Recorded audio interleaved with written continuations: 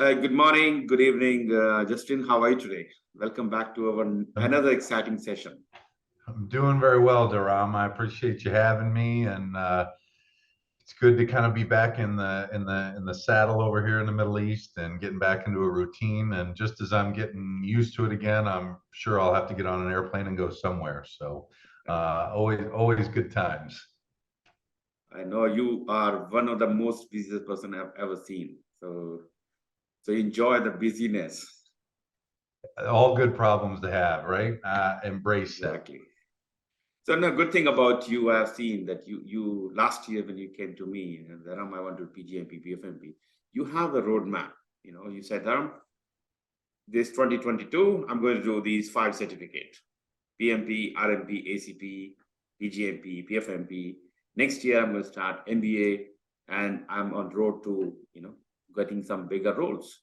And this is exciting because not many people have this kind of roadmap, which takes them from point A to point B to point C.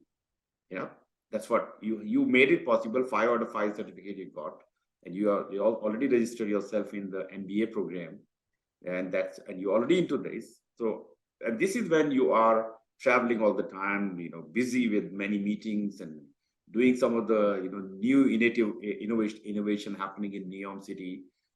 So hats off to you. You are on fire. Well, I appreciate it. I probably one of the best things for me is I don't think about it like that. But again, as we've always established, it's kind of the college football player that's in me. It's constantly trying to be better because no matter what, there's always someone else out there that's working just as hard or harder than you. And one day they may be taking your spot. And so having that type of mindset doesn't necessarily mean you have to, constantly be grinding and taken away from your family life or everything. But, when you are into it, be the very best that you can be. I think that's a great trait. And I'm very, very thankful that I had that pretty much instilled in me in my college days. And with the certificates and, like you said, my roadmap last year, where I really kind of put it together. And before that, I was kind of not really sure, and really was getting to that point where it's like I really need to make a move here, and this is kind of my time now. And I feel that I've established myself as a program project portfolio leader, whatever it be. And there are days that I could be all 3 of those positions.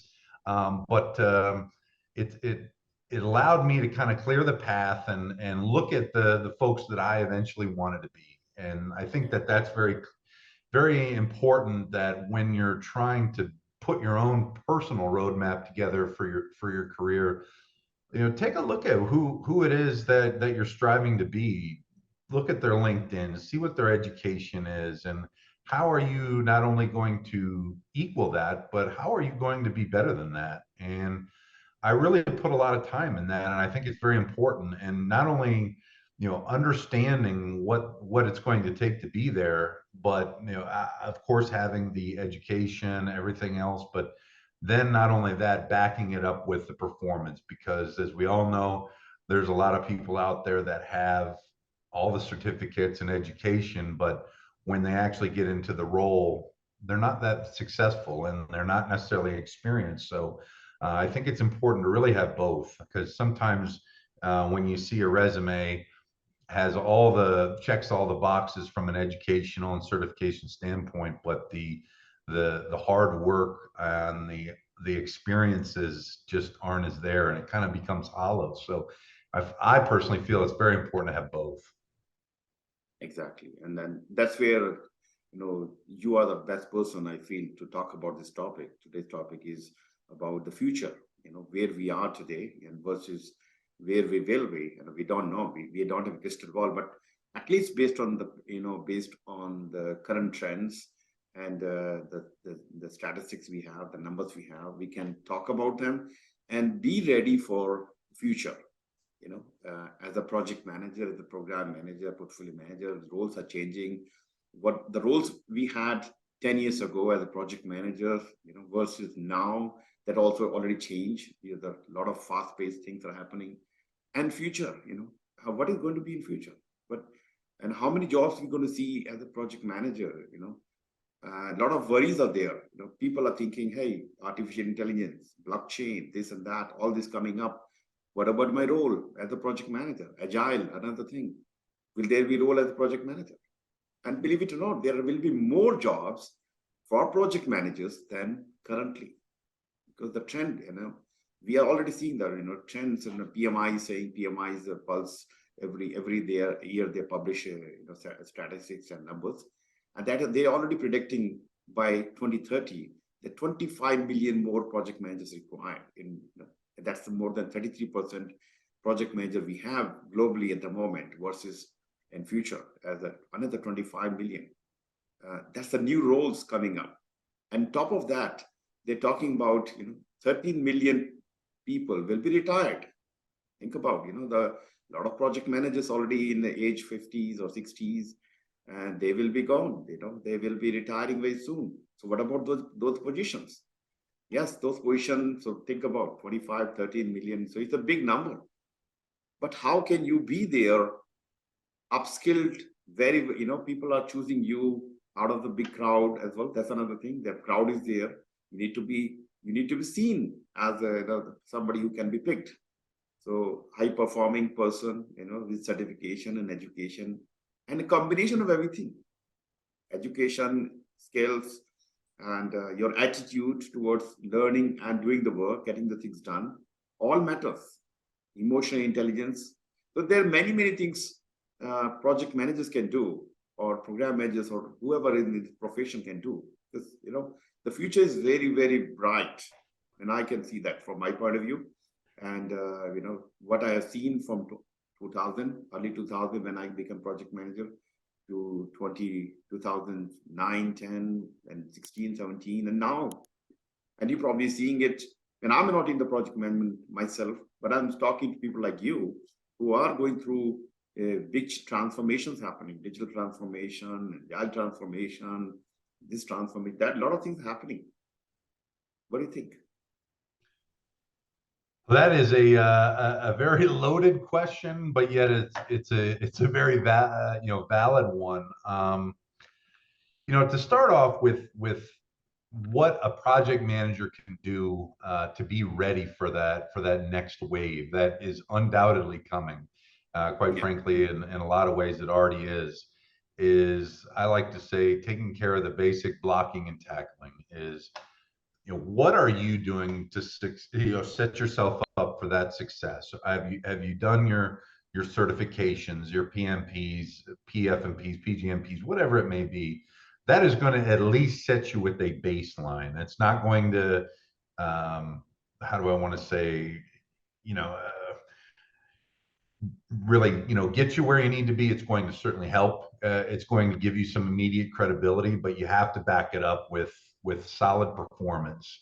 It's going to allow you to speak that common language globally, as we know, and that's one of the huge advantages of PMI certifications. But even for me, in my type of roles, I'm not really even in the IT world, but I knew, given the fact that a lot of industry, no matter what aspect, was going towards a more agile environment. And so that is one of the biggest reasons why I went after the ACP, just for my own knowledge, to be able to have an understanding in that particular world, because it's changing quickly, and understanding the concepts. And even though that I'm not in an IT type role, there's a lot of principles that have certainly helped me, and it really kind of feeds into some of the environments that I've worked in. Certainly within the defense and military type environments, servant leadership is very much a huge thing. And even in my college football days, same thing, servant leadership. So that one came very easily for me, and not only was it easy, but it really kind of took it to another level with those type of leadership characteristics, and even being able to understand some things that I can be better at. With going into the the opportunities that are upcoming.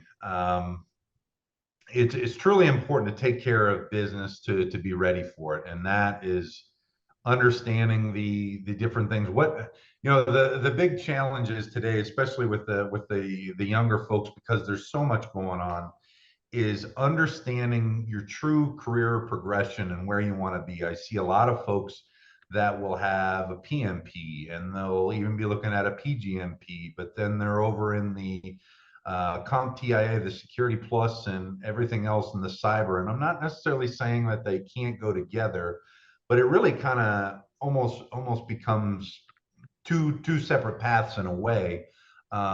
At least from a hiring standpoint, some hiring managers look at it that way. And so just taking a certification to take it, you really need to do your homework, and the progression, it needs to make sense from that standpoint, because when you start taking these different certifications with different real career paths, it kind of almost becomes conflicting. And then sometimes that even kind of backs them into a corner where then they're not really sure how to get out of them. But amongst all the different things going on, and certainly you have to always be reading and looking at things to be able to move forward and understand the upcoming things and technologies. I like to keep it very simple, taking care of the things that you can control, also understanding of the new things that are coming, but also just having that constant mindset, no matter what, the different environments that are constantly changing, where it's a boom town time or it's recession or whatever. Always be having that mindset of what can we do better. Maybe we had a very successful project and we closed it out, but I guarantee you there's always some things that can be done better, maybe be done more efficiently, and ultimately makes a company more profitable. So really just maximizing those efficiencies, I think, really will kind of take care of let the rest take care of itself. Because I think, again, maybe I'm just a little old fashioned, or I keep it simple, but keeping in mind those, just taking care of business and constantly having that mindset of maximum efficiency really kind of lets the rest of it take care of itself. And ultimately you automatically adapt to what's happening around you anyway. Yeah, yeah. And I like to touch base on the current trends, whatever the reason can be. The Microsoft, Google, Facebook, and big name Amazon, they are, and that's not a news. It's already, it happens in cycle, like every 3-4 years. They hire people, lots of people, and they let go people. Then it impacts their, people who get hired. Suddenly they realize they don't have a job. Next morning, wake up, hey, I have an email from my boss that I don't have a job at all. So, I know it's not something you can predict or something you can, sometimes the decision is made without any rationals. But if you are better prepared, if you are prepared, like your resume is up to date, you have all the degrees or certificates, and you can be better. I think you can be, unless you get kick off, fired from the company, you have better chance of getting employment compared to the other people. I'm not sure if you have any view on that. I agree, and I'll actually tell you a little bit about myself and really kind of how I've gotten to where I am. When I first graduated college was in 2007, my undergrad, and I started out in advertising sales. And of course, the 2008 world financial meltdown, quite frankly, I was affected, and I was in advertising sales and did quite well with it, by most standards, and was ultimately laid off, and because of budget cuts and everything else. And I really quite frankly felt sorry for myself a little bit, but then I decided I was going to truly change the way I did things. And I really reflected on, am I really happy with what I'm doing? I had that passion for travel and wanted to be able to see the world. And so ultimately, my father was originally from Washington, D.C., even though I grew up and then lived in the upper Midwest. I had family out in the East Coast in the Northern Virginia area. And ultimately, my aunt and uncle allowed me to stay in their basement, and I decided to pack up what I had, which was not much at that time. And I drove out to Washington, D.C., and with no job. I wasn't really sure what I was going to do, but I knew I was going to get a job, try and get in with a defense contractor. And what I did during the day, I would literally drive around and either write down the names of the companies that I would see on the buildings or record it as I'm driving. And then in the evenings, I would research those companies and apply for jobs that I thought that I'd be qualified for. And I did that for several weeks, and finally ended up getting into a company, L3 Communications, which was a huge company at that time. And really, once I was in, I was just an absolute sponge. And even though I was completely new to the defense contracting world, anything that they offered me, I soaked it up. And even to this day, there's some things that some folks don't even know. And in my current role, they don't even necessarily know what I do know, within the logistics and procurement type thing, because I was writing sole source justifications. I had no clue what I was doing at that time, but I truly just committed myself entirely. And even though ultimately I didn't even know what I was doing at that time, those instances and that learning and just taking on any type of challenge that would come my way ultimately, led to where I'm at today. And without that kind of leap of faith that I did, and going into something that I had no idea what I was getting into, has ultimately led me to the path that I'm in today, which is fascinating, quite frankly, when I look back at it. Exactly. I mean, this is a very inspirational story, a journey you had. And look, one thing is for sure, change is always there. We go through this up and down. We realize that, hey, I'm the top of the world. I know everything. Whatever touch become gold. Suddenly you realize whatever you touch become dust. You are going through this downward spiral. Good. You have no idea what's going on and start doubting your capabilities. And hang on, I spent 10 years as a project manager, program manager. I thought I have everything. So And you I thought you was, made it. everybody appreciated me. Suddenly, nothing in my hand. And, I'm applying for jobs after jobs after job. Nothing's happening. No response coming out from anywhere. And the wife and your partner may be saying, hey, why don't you do Uber? Why don't you go to the grocery shop, stand there, at least. So that, I'm telling you my own thing, what happened to me. And that's where, and I literally, for 3 months, not getting any response back, was very bad. It's I'm humbling. sharing this because, a lot of people feel that way. But, Very much. your pressure, family pressure, your kids' pressure, your peer pressure, and suddenly you start feeling I'm no one. And I've seen people actually going down and they literally start standing in the grocery shops, and they don't come out of that because they give up on the life. But the most important thing, guys, very important for you to stay calm. I know it's difficult to, it's very easy to say, but difficult. But I've gone through this. But also keep looking, what else can I do to stay in the, competitive in the market? What skills I need, as you mentioned. There are various things we can do. Today Google is very helpful. A lot of things you can do sitting on the visiting the website. Find out who they are and what skills they need now and future. Whether AI based, let me learn about AI based. Let me learn about digital transformation. Let me get some training certification. So maybe this is the right time for you to upskill yourself. While other people are getting worried, you get yourself upskill. And, when you look back, just like you looking back and I'm looking back, hey, that whatever happened was really good thing happened to me. Ended up being the best thing that ever happened to me. Exactly. And when you're right in the moment, you feel that everything is falling apart and nothing going to work. But when you look back, that moment, hey, that's the best thing happened to me. And if that didn't happen, what I am today, not. You don't see me in this form and shape. we wouldn't be sitting here today, my friend. I assure you. Exactly.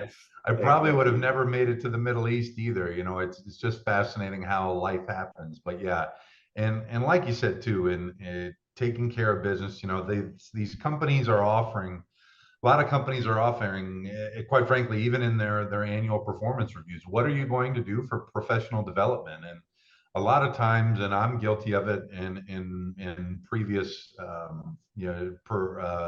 jobs that I was in, I never took advantage of that, and I would always find those excuses.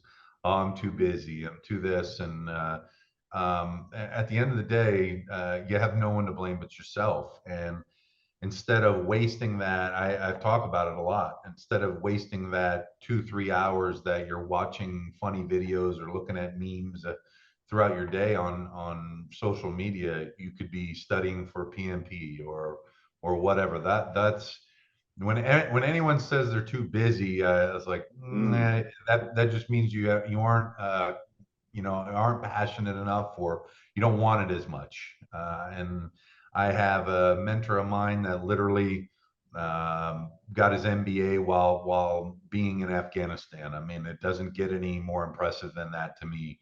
Where man's in special operations during the evening and getting his MBA during the day. That what is your excuse if he can do that? You know, with all that going on, quite frankly, I don't think there's a whole lot of excuses for the rest of us. And you very rightly said there are lots of people, they want to do something, but they always find excuses. Why the excuses? Because they have not connected themselves with the end goal. And with, they think that because everybody's doing, I should do. And then that's not a strong motivation. This should be coming out from you, inside you. Hey, I see myself as a CEO of this company or program manager of the company or the director of the company. This is what I have to do. Take your steps. And believe it or not, there will be hundreds of excuses you will try, find lifetime to find for you. And if you are strongly believing in yourself, nobody can stop you. Nobody can stop you. Only person can Absolutely. stop you is you. Only person can stop you yourself. Nobody else. No question. And these certifications that of course you very much were a huge help for me to achieve them last year. They not only create value for yourself, but they certainly create value for the company as well. And when they're going after let's say a top contract, a very valuable one, or it's part of their growth strategy, and having someone that has a PfMP or a PgMP, there's less than you tell me, Dharam, there's probably less than 1,000 people that have both of those Oh, yeah. certifications. And that's a true differentiator for a company when they're trying to go after something like that. And so creating that value for your employer is just as important. So having those type of certifications is not only beneficial for yourself, but for your company as well. Actually, one person from Canada, and he was, he did PgMP with me. And he came to me and said, Dharam, I have to do it because this is not only for me, it's for the company because we are going for a very big contract. And the competitors are also very powerful. Only way we can beat them by having the professional, like we have all of us as the PgMP or PfMP, that's very powerful. The companies are bidding based on you as the project man, having the certificate of the PgMP, PMP, PfMP, and even the selection happened based on how many professionals actually certified in the organization. 5, 10, and there is always some kind of a selection criteria. So these people have 5 PMPs and they have 25 PMPs and they have 5 PgMPs and PfMP. That's a clear distinction. That means they are professional. They're doing the good job. And likelihood success is very much much better with these people because they've gone through a hard work and got the certificate. Yeah, even typically in our type of proposals, there's even a section where you have to write about your management and what the qualifications. And so having those type of top tier certifications is truly a differentiator for the company. Exactly. So guys, if you are thinking I'm going to do it one day, someday, this is the time you should do. because before it's too Absolutely. late. Before it's too late, I'm not going to emphasize more.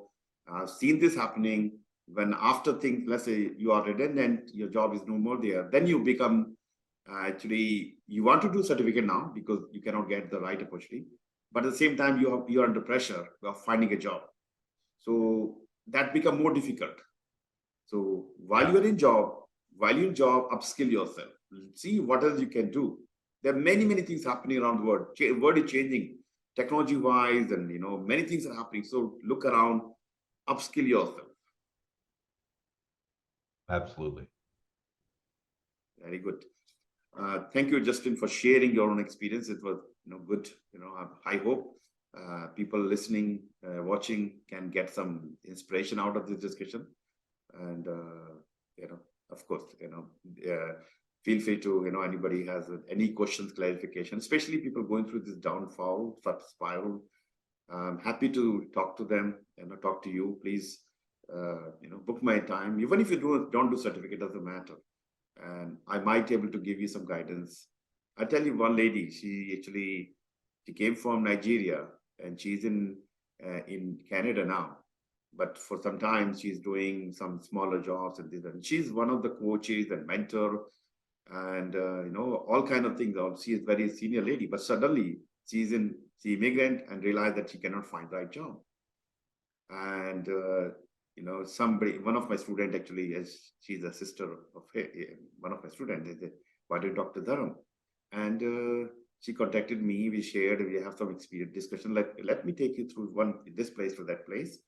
And she was very emotional actually. She said, Dharam, I've had never had a mentor in my life, and I'm very grateful to have you. And she was literally crying. So like, I haven't, from inside, I was also feeling emotional and looking towards sky. Look, thank God, and thanks to my father and my parents who gave me and nurtured me in such a way. People now feel that I'm part of them, and I'm able to contribute to them, to take them from here. And hopefully one day she will be back on stage and doing some leadership lectures, and she will look at this moment when this happened, and that's very No powerful to question. me. Absolutely. It will, just as you and I kind of had that reflection just a little bit ago, as I said, that particular situation where I was laid off back in 2008, just, I was fresh out of college, ended up being one of the best things to ever happen to me. Yeah. And just before we leave this topic, I like to talk about my redundancy happen, which happened to be in 2005 or 6. I was working for this company called EDS. It's now part of DXC, gone through stages. So 7 years I worked for them, and done number of good projects here and there, everywhere. I was feeling that, I'm doing great, and they are appreciating my work, and I'm getting promotion, and a lot of things are happening. But as part of the company cycle as well, they have to get rid of 5,000 people from Australian workforce, which big number. And unfortunately, I was also one of them. And I would say now I can see, fortunately, I was one of them. And one thing happened, that it happened in October, survived that 2-3 months. Then I was more ready, and they actually put me as by the time I had updated my resume and looked my skills and what are the certificate I need, and also they put me into the program, placement program, and that the 30 days working with them, because I have to be in the 4 weeks program. But I already have a job in my hand. I know that by the time I finish, I will have a job. But during this time, they were providing lots of trainings. And one guy came and talked about, why are you worried about jobs? Why you want to get hired by somebody? Why can't you be hiring other people? Why can't you achieve your goals, ambitions, whatever it is? That is where I got the seed of starting my own company and building my own brand and going all the way and doing things. So you never know where your inspiration coming from. And again, I look back at 2005, 2006, and I can tell you, I was given 7 years of, I think the 6 months of salary I got in advance. I got a job immediately after that. And I got the seed in my mind that I'm going to start something and company. And by the 2009-10, I already have my own company and started that. So guys, look, don't get emotional or upset and, my 21 years of job gone and 5 years of job gone. Find the right, the positive side of this. I know it's difficult to do that, but you can find some positivity in this and do something good for yourself. And that so that you look back after 5 years, 10 years, you can be proud of that moment. Yeah, any successful person has certainly gone through those type of very stressful and traumatic situations. And just as we've talked about it, it took a long time for us to be able to say it, but again, once you have some reflection time years later, probably you can literally say it's probably one of the best things that ever happened to me. Exactly. I mean, guys, believe it or not, this moment, if you are in the downward spiral, there are two things can happen. You continue to go downward, downward, downward. Someday you find yourself out and driving Uber or standing as a security guard or selling the fruits and vegetables. Or you can look back, one of the leaders in the world, hey, I took these few steps, and that has changed my life forever. So you can continue to go down, or you can take, upward trend. Find your, so it cannot happen like this. You need to find what is still missing in me, okay? Not me. What else can I do? Sorry, it's not the right way. What is still missing? People start doubting ourselves. But what else can I do to make myself more employable, more, better jobs, or maybe have my own company? And what else can I do?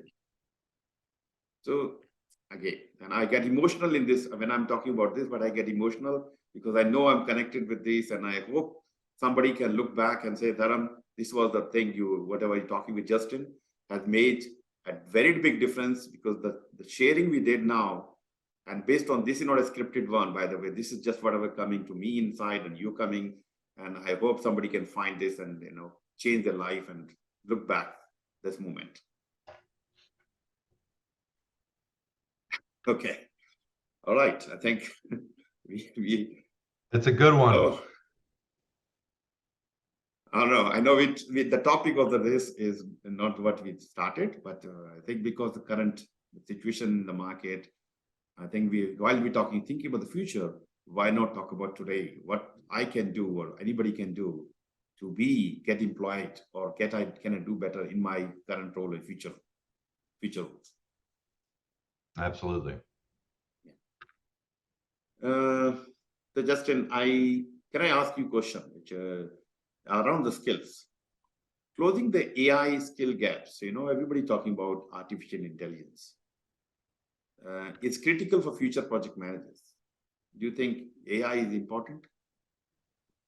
I think it's very much important to continuously educate yourself on it. I personally have really taken a notice of it in the last, I would even say probably 8 months. I will admit that I probably don't know enough about it. I recognize that it's very much a valid, even though I read it and I see, of course, the U.S. and China are consistently competing, and of course, everybody else in the world, it's almost like it's a race to really kind of hone it all in and master AI to where a lot of folks feel that if they can do that, to be the first to do that, they can really set the world stage. And so I find the race, so to speak, it's almost like the space race back in the day. It kind of seems, it has that feel to it, so to speak. And like I said, I will admit that I don't know enough about it, but I've started to see it with some of our technologies that we're looking at implementing. Of course, as you kind of alluded to with Neom and those things, we're looking at things that with that type of project where, okay, getting the construction site taken care of is one thing, but by the time this thing is finished, I think it's easy to say that what we're going to use in the type of technology that we're going to use in those type of projects, the finished version of it probably hasn't even been invented yet, and because the things are changing so quickly, you think about it, even the Alexas or Siris, and hopefully my Siri doesn't talk right now as I have my phone. Those different technologies, were unheard of, in my parents and grandparents' time frame. They considered that's a spy, and now how we all have it around us at all times. I think AI will certainly help efficiencies. Um, Again, call me old fashioned. Even with the COVID, everybody kind of went to Zoom or Teams and everything else, and that was kind of the workaround. But I still feel that in-person meetings are important, and those type of interactions really are the type of interactions that truly make business happen.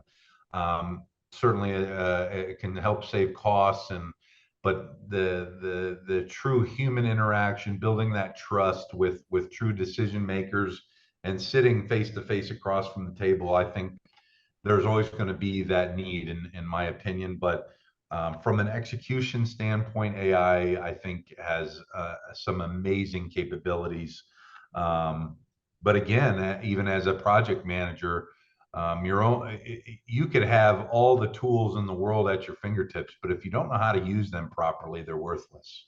And so, as a PM, uh, being able to dive into those new technologies, understand them, and how can they make you better, I think is the real interesting and critical factor of these. That is the big thing that we're not necessarily sure how to use it yet. And of course, in some particular instances, due to privacy and different things and secrecy, that might not necessarily be applicable or can even use it. But um, you have to be aware of it as a PM, and again, kind of keeping that agile mindset of understanding that things are always changing, accepting the fact that that's just the way it is, and adapting as you go. I think are probably the most important. Like, again, just keeping that simple, basic principles of constantly having that mindset of being of getting better, refining the techniques, perfecting your craft, and adjusting and adapting to the technologies, and be able to use them to be able to be more efficient at your job. Exactly, exactly. So people like this is important. AI is here, and it's going to improve, and it will change. It is going to change the way we are working, the way we are reporting, the way we are talking and working with our stakeholders, and realizing the benefit, how the workflow works, because a lot of things going to be automated. Believe it or not, yes, but still, your skills as a project manager are required. In those skills, yes, and that means you have more efficient, and a lot of work can be done automated, reporting happening automatically, resource management happening automatically, a lot of things. I'm not saying everything, but what that means is you have more time available for yourself to do things what you really want to do for yourself, for your company, for your stakeholders, and for your team, and that's also very important for you. Yeah. Yep. All right. So thank you. Thanks, Justin. And my next question is, what kind of retention and upskilling strategies do organization need for building winning capabilities for the future? Even kind of a similar answer to what we kind of just talked about, but more at an enterprise level, really. Yeah. Similar strategies, and the upskilling of the strategies and organization, retaining your people. You have to be able to create that environment that people want to be there. I think I've read a deal where folks don't leave companies, they leave their bosses, and creating that particular environment where it doesn't feel like coming to work, I think, is very important. And allowing those folks to truly see that big picture and understand, all right, where is the company going, and how can I add value to that as we move towards that, I think is very important. And again, it comes back to that transparency and being able to explain to your employees where the vision, at that enterprise level. I think that's really kind of the most important thing, but still keeping in mind, kind of what we just talked about, that agile mindset of always refining and being better and adapting to the marketplace and be able to execute.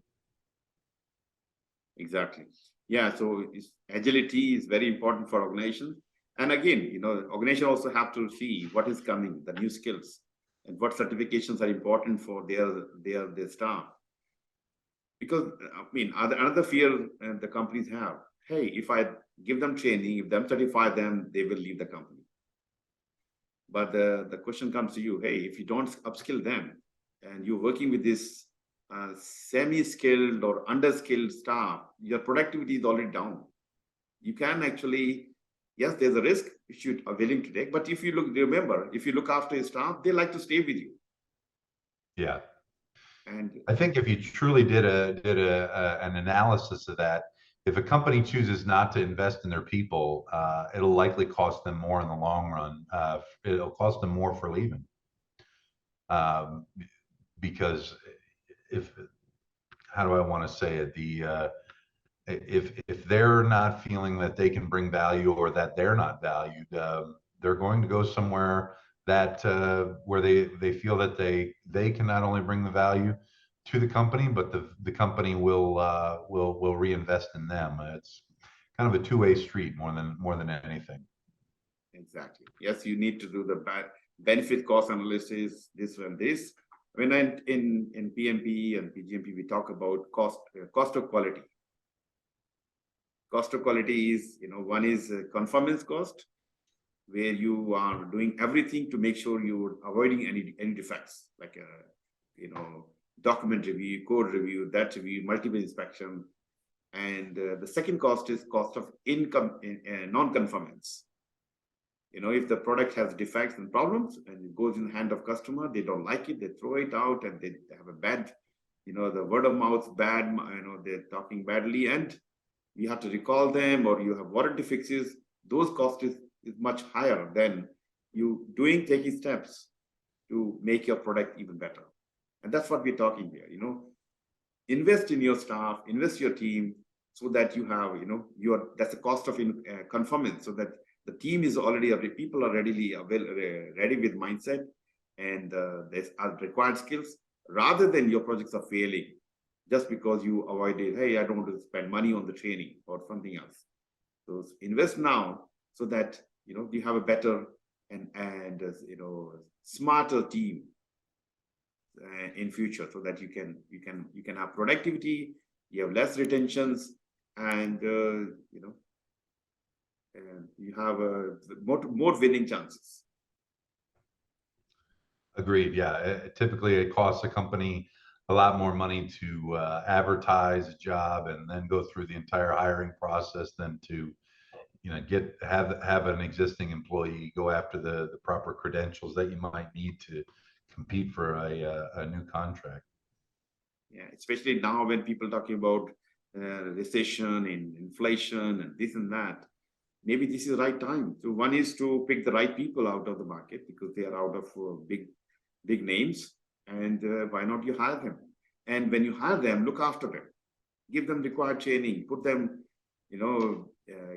get them into the team building activities, and bring them a part of the team, and take them through the journey as soon as possible, so they start liking your company, they become loyal to you for a long time. So anyway. Yeah, typically a company or even a person on a personal side, when there's adversity in the market, so to speak, they're not getting wealthy on the personal side or getting all this talent when things are good. It's when things are bad that's when they're making their moves to then they're ready for that next upswing in the market. That's when the moves are made to then Then all of a sudden, a couple of years down the road, you're reading about how this particular organization or someone on the personal level has, maybe they've purchased a bunch of stock or anything else, and they're ready for that ride up. And so, same thing in business where they're preparing for that call it downturn or adversity, so that they're ready for the upswing and they can really even gain more and more market share. And that's where the companies really find that huge success. So being ready for that, I think, is very important. Perfect. Good. Thank you. Thank you. Justin, are we continue? Okay to continue? Absolutely. All right. So team can look after the cutting this part. All right. Okay. So my next question is, do organizations make adequate efforts to encourage a culture of continuous learning for employees in the current VUCA environment? I think it's very situational. I will give my experiences with the companies I've been in my career. It was not even relevant, quite frankly. But I would say the last couple companies I've been with, the opportunities are there. And I again, like I've alluded to earlier, a company can offer everything under the sun, but the employee has to want it, and they have to make that effort. I think that's probably more than anything a challenge where I know in talking with some of the leadership a few years ago with my company is they literally were like, we never use all of our tuition reimbursement every year. We never use any of it. People don't take advantage of it, and even though it's well advertised within the intranet of the company and everything else, folks just don't do it. And it kind of gets back to that discussion we had earlier, where everyone's finding an excuse to, I'm too busy, and again, those are the times to really add that value and take advantage of those opportunities. Even myself, I look back now, and within the first few years of my company that I'm with now, I didn't take advantage of it until I kind of lit a fire under my own butt and got after it. I look back at it now and go, wow, I could have think of what I could have added to my education or whatever to help me even be even better than I am. And that's a missed opportunity. So even myself, I have to kick myself on that one. But I think it truly has to come within. Even if the company doesn't offer any type of assistance, again, it's finding a way, again, putting together your roadmap. And all right, this is where I want to be one day. What steps am I going to do to get there? And regardless of whether it's the company assists you in the financing of that or whatever it is, if you want it, you're going to find a way to make it happen.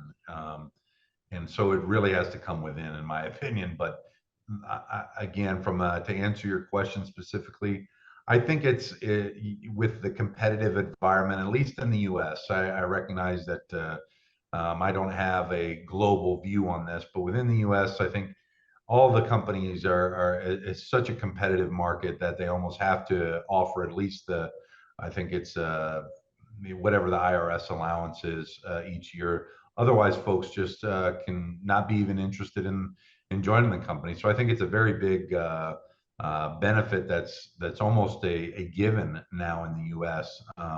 But folks, unfortunately, don't take advantage of it.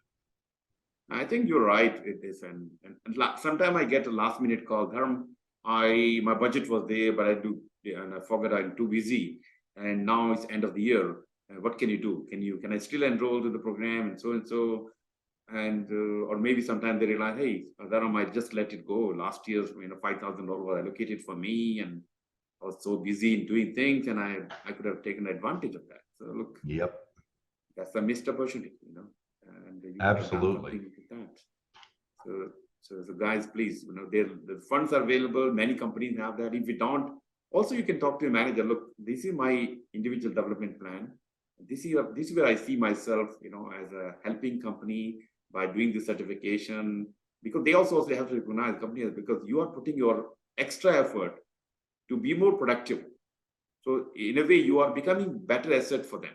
So they need to recognize that as well.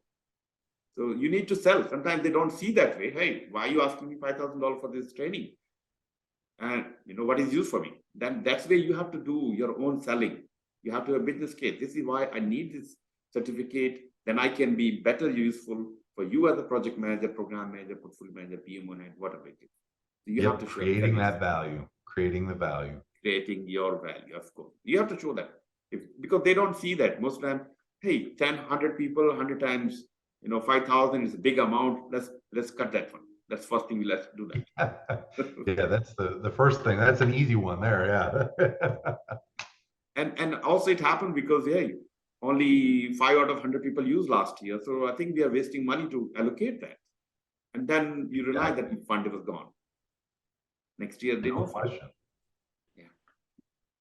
So, okay, great. So my next question. To better prepare for the upcoming tidal wave of change caused by technological innovation, what type of skills do project manager of future might need? We kind of alluded to some of them. Having an understanding of that technology, the tools that can make you better. And with that being said, though, because of those efficiencies with that, you really want to be able to hone in your ability to really be great at managing your stakeholders, building those relationships. As more and more technology takes over some of our lives and maybe even some of the tasks, I think it's just going to be even more and more important to have that customer relations management, being able to communicate clearly. That I think, is not going to change, even though it's important, very important now. I think it'll be even more important to be able to communicate clearly. So having that stakeholder engagement and the management of expectations, communicating clearly, I think are really some of the quite frankly, the cold hard basics that I think will not change and even become more important. But again, also recognizing what technology can do for you and being able to leverage it properly.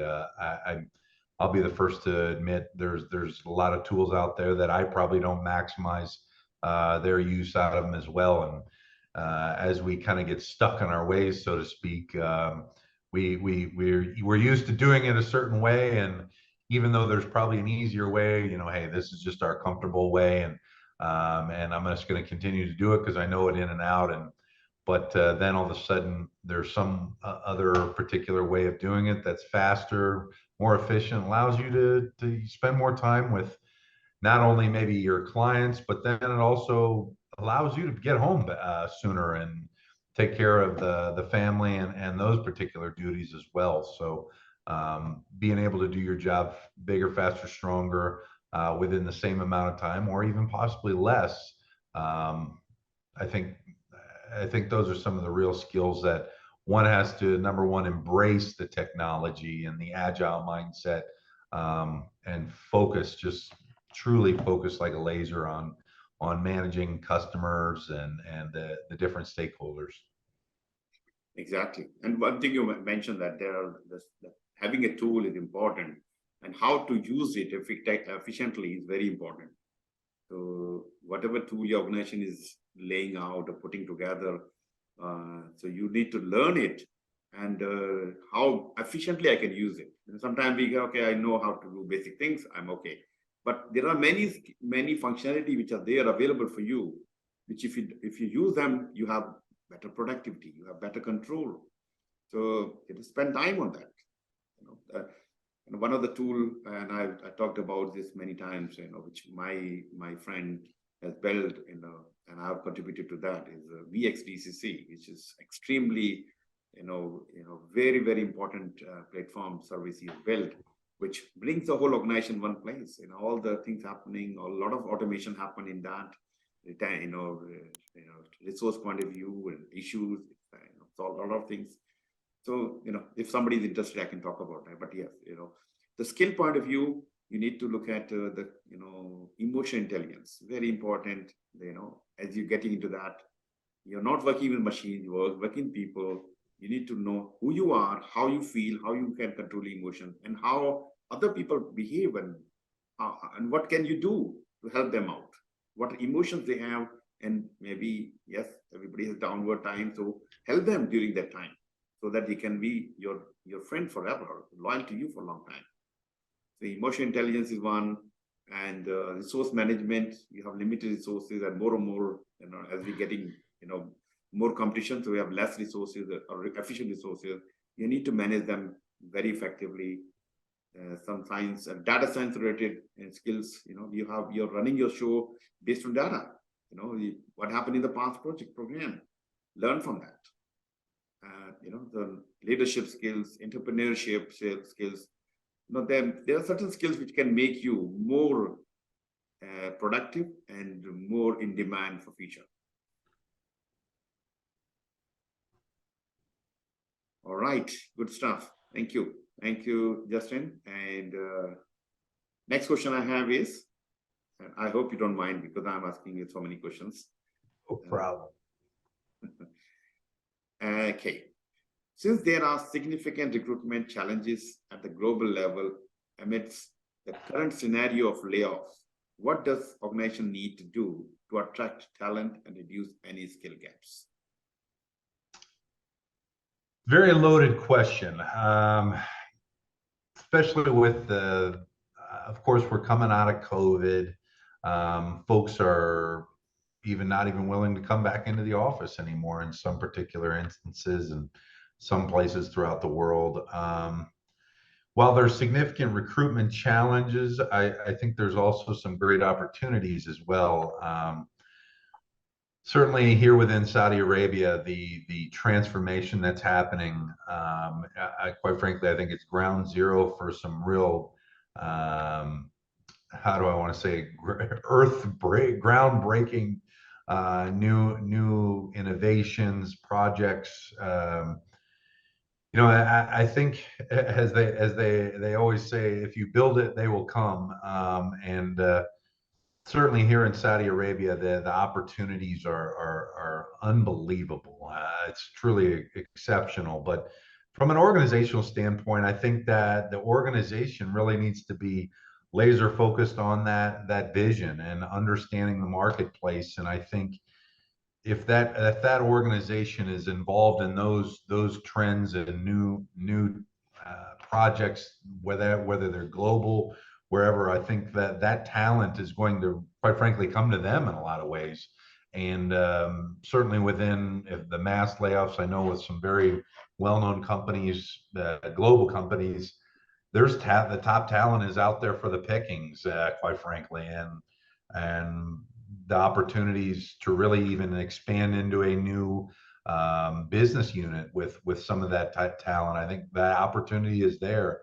And so as a company, having that vision, certainly being able to adapt and kind of adapt their roadmap more than anything, certainly is an opportunity. I know we're even with Xator being purchased by Parsons, we're looking at some things where can truly be differentiators on both sides, and we're extremely excited about it and being involved in some of the top tier global projects going on. So I'm certainly fortunate to be a part of it as well. But what does the organization need to do to attract talent, reduce any skill gap? Certainly, the skill gap can be a challenge, but if you have a skill gap, I think an organization can literally reach out globally and find it very quickly. So I think given the technologies that we have now, and it's only going to get better, I think that any type of skill gaps are really kind of, quite frankly, solve themselves in a lot of ways. And there's certainly people willing to relocate and do what they need to do to better their families. And so, given all that, again, I'm certainly blessed to be where I'm at in the Middle East and being a part of some of the highest profile projects in the world. And yeah, honestly, the Middle East is probably the largest construction site in the world at the moment. Mm. So I truly predict, because of the the happenings, of course, especially here in the Middle East. But I think that there's going to eventually be a manpower shortage in a lot of ways in certain skills, and within those skills, those trade skills, because it's going to be in such high demand. So I think it's going to be fascinating to watch you're going to have these wild swings, I think. And of course, for folks that are looking for new opportunities, positioning yourself for that next swing, I think will be very important now to be ready for that, especially when with the layoffs that have been happening, certainly high profile, being ready for that swing because it's happening quickly. Yeah. So, and as an organization, that they have to create some environment within organization. They have to organize some, talent acquisition plans and growing the talent itself, looking after the talent. The many things they can do to, it's also word of mouth. Let's say if you're working for a company, like you're working for a big company, you feel so passionate about that because they look after you. And if my company is looking after me, I will tell my friends as well. And definitely, my friend like to join the same company because they know that my company look after them, right? Give me enough time for my family, and some and require training and certification. So these things actually count when you're hiring people. The people actually, especially let's say if I have two jobs, two possible opportunities, which one I will join? Okay, both of them equally paid, paying me, and same location, everything same. Then I start looking, hey, where more people are more people are happy in which company. And of course, if I have friends and colleagues, I will talk to them. Hey, what do you think about working this? Oh yeah, great company. They look after them. So even though you may be paying a little bit more than other one, I still join other because I know I will be more happier in that company. So sometimes payment is the money is not everything. Maybe the other factors can impact the decision. Yeah, one of the biggest things that I've been impressed by, of course, as I stated, that Parsons just acquired us, is I've been able to meet a lot of the senior leadership. And I thought that my 7 years in a company, is pretty respectable. That's a good amount of time. And a lot of the folks that I've met have been with Parsons for like a minimum, 14, 15 years. And I've even met someone that's been with the company for 50 years. And so it speaks the volumes of just the opportunities within, and being able to learn, within different trades and everything within one company, certainly is impressive. So that speaks to as an organization, speaks to the culture that they have, and certainly nobody wants to leave. So but yeah, the one with 50 years was truly impressive. I've met at least 4 or 5 that have been with Parsons for 30 years. That's Wow. incredible. So truly speaks to the environment, as you said, that they've taken care of their people, and have all those different opportunities for mobility and everything else. So again, it's one of those things that organizations truly want to provide that environment for the employees to excel. Exactly. So look, if companies are looking to hire or retain for long term, they should really look after the staff. Provide them right environment, the right facilities, benefits. Of course, the people can be choosing one company over other. Very minor things which can be, you may be providing that. So do that. Yep. Great. Thank you. Thanks, Justin. And my next question: are project managers well prepared and ready for major leadership roles? What are the major challenges top management faces in identifying leaders? Well, first one, are project managers well prepared, ready for major leadership roles? I think they have the baseline. I think, of course, as a project manager, depending on the complexity of the project, size, scale, everything like that. But I think as a project manager, it gives you that baseline. I don't necessarily think you're ready for the major leagues, so to speak, in the majors, but I think you're starting on that progression. I think as you get to that program level, I think that's where you become really a major contender for a much bigger role. As a project manager, you're still kind of at that ground level. You're not necessarily focused on that enterprise or macro picture, where I think that progression is very important to, not only learn on the ground what it takes to get things done, but then because as you get up into the program portfolio or whatever roles, you still have that experience to lean back on and understand what your folks on the ground are going through. I think it's very important to truly be a great leader in that perspective. And as that program manager, you're starting to see the bigger picture, where as a project manager, you're still drinking through the fire hose, just trying to get your own project done.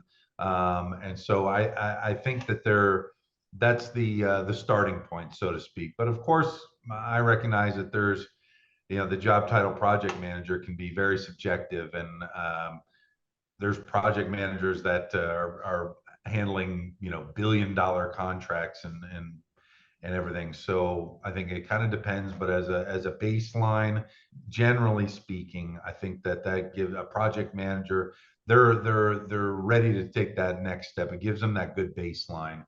And I think it's important to go through that.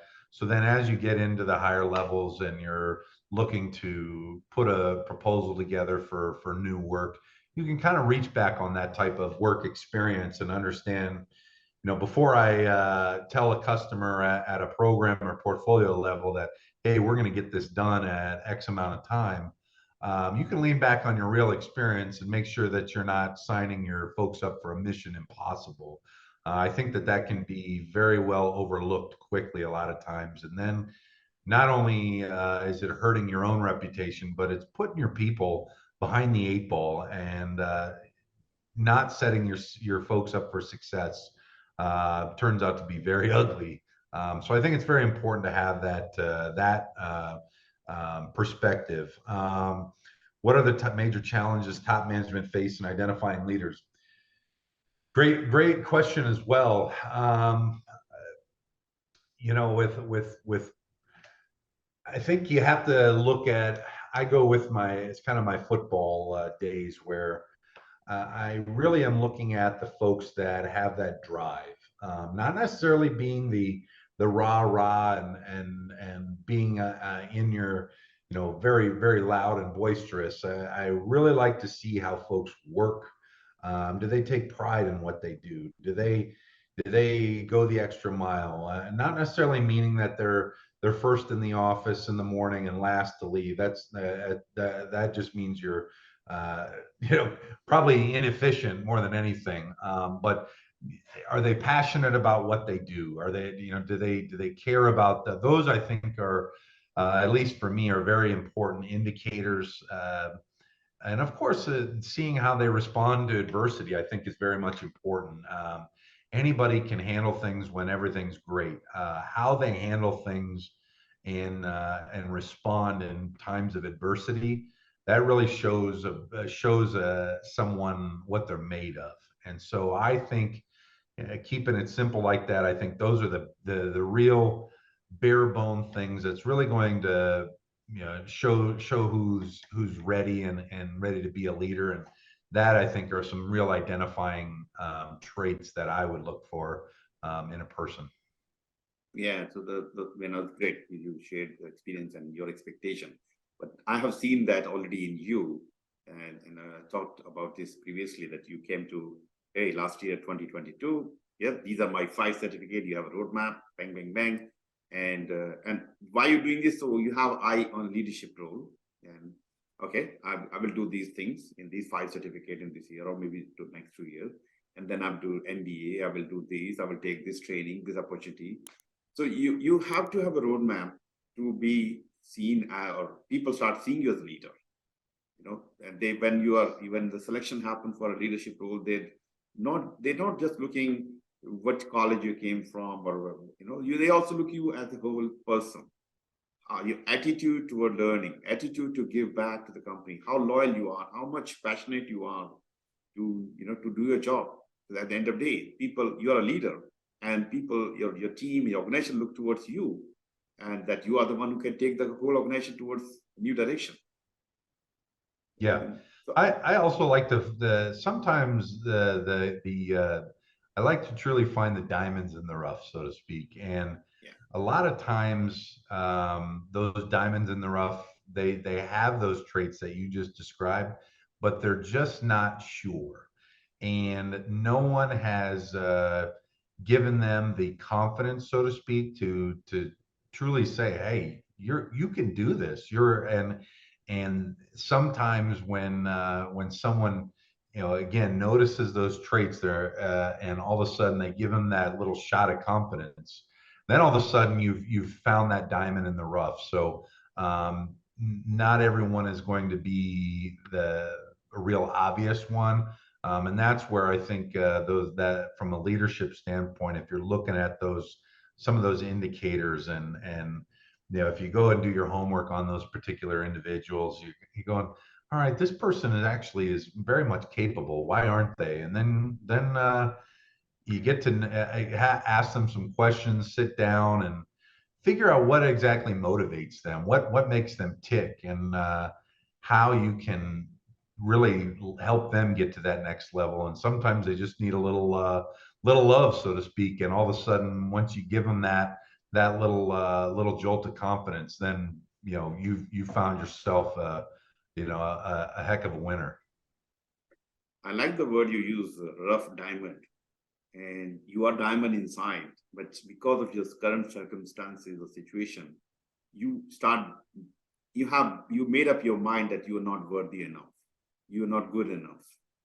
But and that's where you go in this spiral, downward spiral.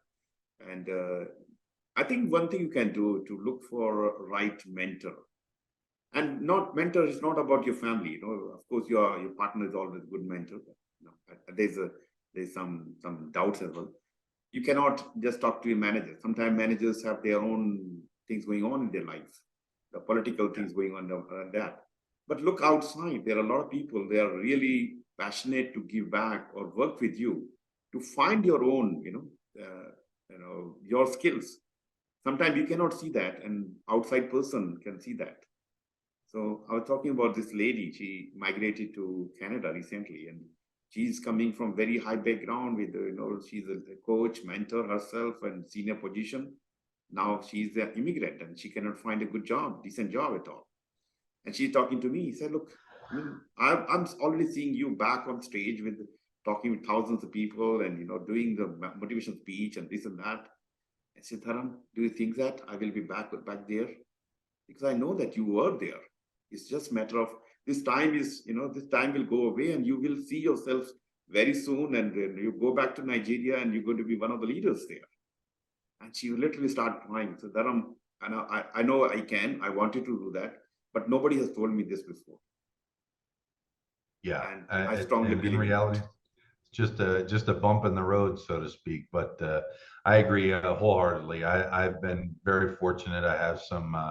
Of course, my family is always a rock for me, but it's good to have some mentors outside of the bias of the family saying that you're the best all the time, where not only can they give you some honest feedback, and sometimes they might not like what they have to say, but that's okay.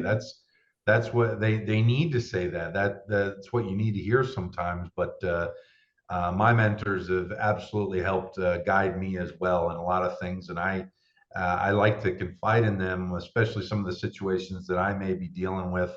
Ask for their perspective, because they've been in similar positions before. What worked for them, what didn't, I think is very important, and it keeps an independent view, so to speak, that they're not going to, they're not going to put it into a way that, of course, is always going to make you look good. They'll give you that honest perspective and feedback. Exactly. So yeah, you need to be prepared, well prepared, to be seen as one of the potential leaders.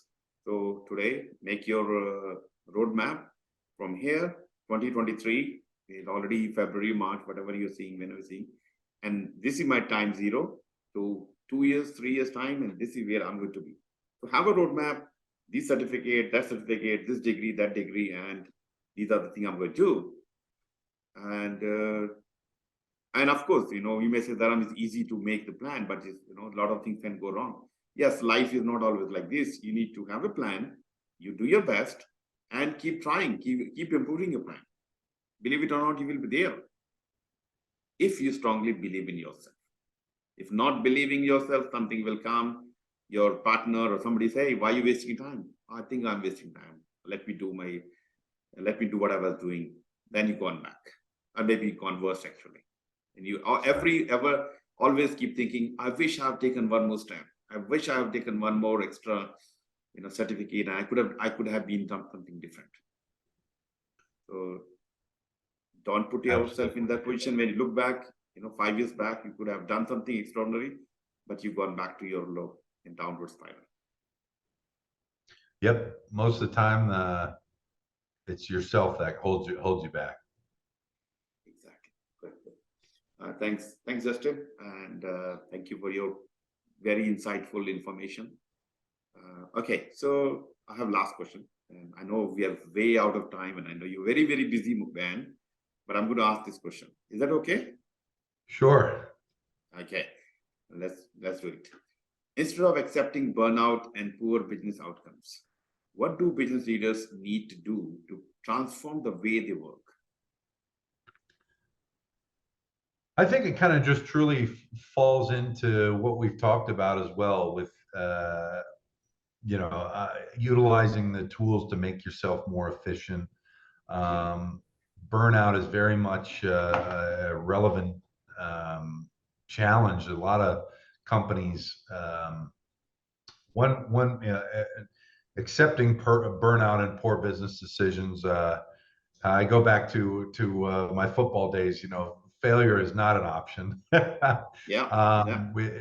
It's just the way it is. And if even one of my favorite quotes is, once you think about what you're going to do when you lose, you've already lost. So having that, that mindset of getting after it and losing is not an option. We will find a way. So I don't accept that anyway. Are there challenges that we have to find solutions to? No question. And I think one of the big things, for business outcomes or leaders need to do to transform the way they work. I think one of the big things is to help prevent burnout from a leadership standpoint is making that environment for your employees to where, number one, they don't feel like they're going to work. A lot of times with the folks that I work with, look, we have fun, we have laughs during the work week, but they know at the end of the day that when we're here to do a job, but keeping it light when you can, I think is a very important thing. Especially we're all away from our families. There's certainly stresses on that, and so being able to kind of look forward to go to work again, have some laughs, give each other a little hard time once in a while, and it's all in good fun. And it's almost to the point where kind of we even tell each other, like, if we're not giving you a hard time, that's when you need to be worried. It's our form of love, so to speak, and it keeps it light. I think those are real important things to where it doesn't feel like work all the time. Certainly, there are going to be times where we're in crunch time.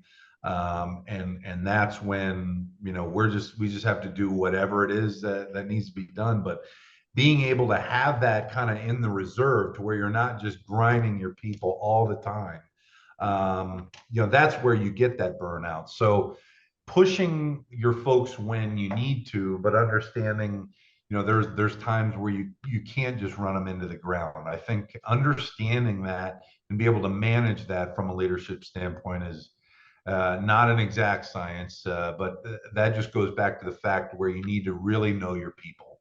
I think is the key in being able to manage that and keep that burnout from happening, because it's definitely very much real. But you know, when we get to we actually did a project just before the end of this last year that we were up against the gun, so to speak, and we had that within our team to go above and beyond. There was a lot of things that weren't our fault, but we still wanted to deliver for our customer, and our guys went above and beyond and made it happen. And we ended up delivering on time, and it ended up being where, you know, I literally said, "Hey, we can get this done. You can get home even you know, a couple days early for the Christmas break, and you know, don't call me, don't you know, literally disconnect and just enjoy time with your family." And literally, you know, once they heard that, it was game on, and they delivered in a huge way for our customer that needed it in a very difficult environment. And so, again, understanding your people, what and what they're capable of, and don't make them do anything that they're not capable of. It's not fair. So again, I think that it helps with the burnout, poor business outcomes. Sometimes, unfortunately, they do happen. Minimizing them, I think, is a key, and that's what makes a great project manager, is being able to minimize those particulars where, you know, hey, even if you're behind the eight ball, finding a way to, if you can break even, you know, say maybe it was a bad bid from the start and they underbid it and didn't understand the requirements well enough, being able to break even, that's a huge win. That's and being able to deliver for that customer. Maybe you didn't necessarily you know, bring home a profit, but you know, you didn't lose any money, but kept a good relationship. You know, finding those different ways of creating the value. But again, you know, business leaders transforming the way they work. I of course, being all about the different technologies and tools to make things efficient, but I think again it goes back to taking care of your people and understanding them, and being able to create that environment to where they again, they don't feel like they're coming to work. Yeah, and the problem is many times people they cannot say, you know, they just keep doing. Managers keep asking, they keep doing, and then they start burning them out because they start impacting their life, their health, their family, and many things. And you know, as a manager, you need to recognize that, hey, you know, while this person keep doing, it doesn't mean I keep putting more and more load on him. And Yeah. you need to recognize. And I'll tell you one person actually.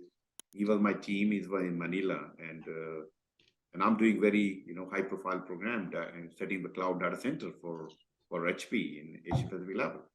And this guy, this is a great guy, and he suddenly stopped. His performance is going down. He's not there. He's not, you know, not providing the right information right time. Then I'm talking to him. Hey, what's going on? What happened? And actually, he still, you know, literally start crying. Look, Dharam, I'm normally in 2 shifts, and sometimes if the other person not coming, then I have to look after the third shift as well. I don't get to see my family, and you know, don't get enough sleep, and so and so. You know, literally, you know, he was doing a great job, but he was, you know, he was made to do harder than what he should be doing. And it's not, as you can, yeah, there can be time where you have to do it because of the business requirement and, you know, some deadlines. But if you made this like, you know, constant, then it start burning down, and that will impact their family life, their you know, a lot of people go in depression, and then a lot of things happen in them. So yes, you need to, as a man, as a person, you need to put your hand up. This is enough, and now I have to do something. Can we prioritize things? And as a manager, you need to look after your team. Don't just keep putting, you know, tons of works and keep, as you say, underbidding and sometimes, and then put pressure on the team to get it done. No, that's not a good practice. It cannot go forever. You need to see, okay, we did it once, fine. Second time, you learn from that, and be prepared for, you know, do a better planning for the next time. So that's what we can do as the managers and senior leaders. So, No question. yeah, right. Thank you very much, Justin. And thank you once again. You have been contributing in a big way. And I'm sure people watching your contribution is very powerful, very useful.